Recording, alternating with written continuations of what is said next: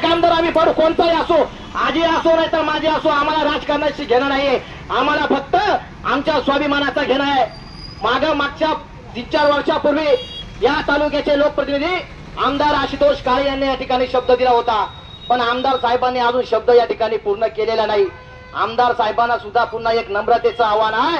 जर आदिवासींचा प्रश्न एकलव्याचा, आम्हाला तुमची शबरी घरकुल नको, आम्हाला तुमचा वाकला नको, आम्हाला तुमचे गायरानपट्टे, आम्हाला काहीच नको, पण ज्या महापुरुषांचं रक्त आमच्या अंगामध्ये, तो स्वाभिमानाचा एकलव्याचं स्मारक आम्हाला कोपरगाव मध्ये पाहिजे.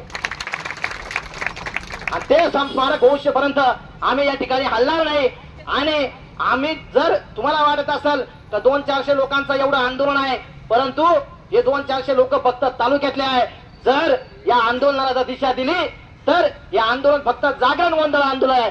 जागरण गोंधळ आंदोलन म्हणजे फक्त या ठिकाणी हे झोपलेलं सरकार आहे ना, यांना या ठिकाणी वाजून गाजून यांना या ठिकाणी जागी करायचं काम करायचं आहे. आणि सांगायचंय, अरे जो बिछाडलेला हा आदिवासी समाज आहे ना, जो बिछाडलेला हा बहुजन समाज आहे ना, जो बिछाडलेला पारड्याचं पोरगा, वडिलाचं पोरगा, यांच्या या ठिकाणी प्रश्न तुम्ही मांडत नाही. चांगल्या मोठ्या मोठ्याचे तुम्हाला या ठिकाणी प्रश्न मांडतात, कारण हे गरीब लोक तुम्हाला चालत नाही, त्यांचे प्रश्न तुम्हाला चालत नाही. जर असे असेल तर येत्या काळामध्ये पुढचा मोर्चा इथं नसेल, पोलीस प्रशासन आणि सगळ्यांनी महसूल प्रशासन सुद्धा या ठिकाणी डोक्यात घ्यावं. इतक्या खेकडा भरून आणेल, एवढ्या खेकड्या त्या धरणावरून आणेल आणि सगळ्या या अधिकाऱ्यांच्या मध्ये या ठिकाणी सोडून देईल. या काही अधिकाऱ्याला पण बसवून देईल.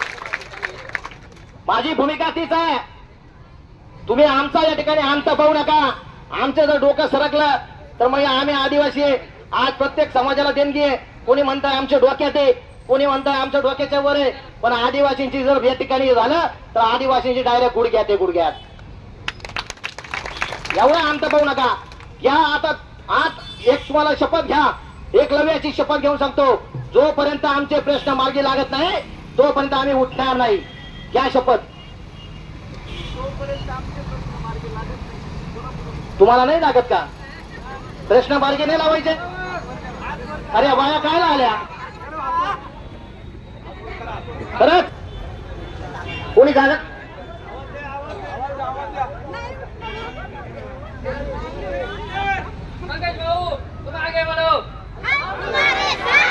तुमचे प्रश्न मार्गी लावायचे का नाही? अरे या प्रशासनाला जागी करायचं का नाही?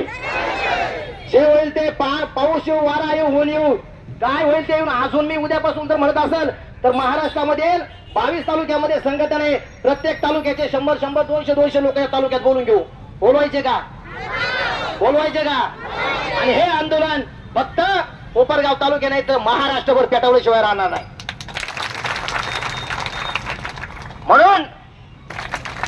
म्हणून तुम्हाला सांगणं आहे मित्रांनो की येत्या काळामध्ये एकलव्याच्या स्मारकाचा विषय, आज माझे मोरवी शेतील बांधव आहे 159 गट नंबर मधील त्यांची ही मागणी आहे, तर त्यांना या ठिकाणी 57-58 घरकुल आले. अरे यांनी काही ठिकाणी जिथं जागा बसत नाही तिथं घरकुल बसवले, पण मोरवीस मधील आमच्या आदिवासी बांधवांचं घरकुल अडवले गेले. आज मी पाहतो तुम्ही एकतर घरकुल द्या नाहीतर इथं महिना जाऊ द्या इथं. आणि तुम्हाला पण सांगतो मी, तुम्हाला वाटत असेल तुम्ही जरी गेले तरी चालेल, कारण कोणाच्या शाळा मागे, कोणाच्या गाया मागे, कोणाचे लहान पोरं आहे, शाळा आहे, पण हा पट्ट्या सगळे गेल्यानंतर एकटा बसला नाही तर ऑन द स्पॉट हे करून घ्या. म्हणून आपण सुद्धा या ठिकाणी पुढे हलायचं नाहीये. जोपर्यंत प्रश्न मार्गी लागत नाही या शासनाला, या झोपणाऱ्या शासनाला या ठिकाणी जाग येत नाही, तोपर्यंत या ठिकाणी तुम्ही पुढे हलायचं नाहीये. आणि तुम्ही बाकीचे सर्व कुठं जायचं नाहीये. आज आपण आंदोलन आहे, तुम्ही जेवण खावण करून मस्त या ठिकाणी राहू शकता, तसं काही नाहीये. उपोषण नाहीये. यांना काय आरामखोर खाऊन पिऊन बसत, यांच्यासाठी काय उपोषणाला बसायचं?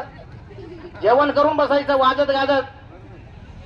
भाऊ आहे काय अडचण नाही, माझ्या काय टेन्शन घेऊन. वयावाले आले आदिवासी संस्कृतीमध्ये, त्यांचं एकदम भारी वाजवायची कला आहे.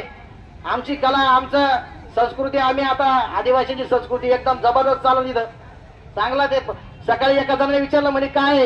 अरे म्हणलं हे भाडकाव सरकार झोपलेलं आहे, त्याला जागी करण्यासाठी हे जागरण गोंधळ आहे. आणि म्हणून आता आपण या ठिकाणी वयाला वगैरे सुरुवात करू, एक मनोरंजन म्हणून फक्त, पण आपण आपल्या प्रश्नासाठी या ठिकाणी बसलेलो आहे. पाऊस येऊ द्या, पाणी येऊ द्या, काय तुम्ही 2-3 दिवसांनी काही होणार नाही. जोपर्यंत तुमचे प्रश्न सुटत नाही तोपर्यंत मी या ठिकाणी हलणार नाही आणि तुम्ही हलणार नाही, हेच या ठिकाणी तुम्हाला वचन देतो आणि या ठिकाणी थांबतो. आणि आता मानव अधिकाराचे आमचे मित्र मोतीरामजी निकम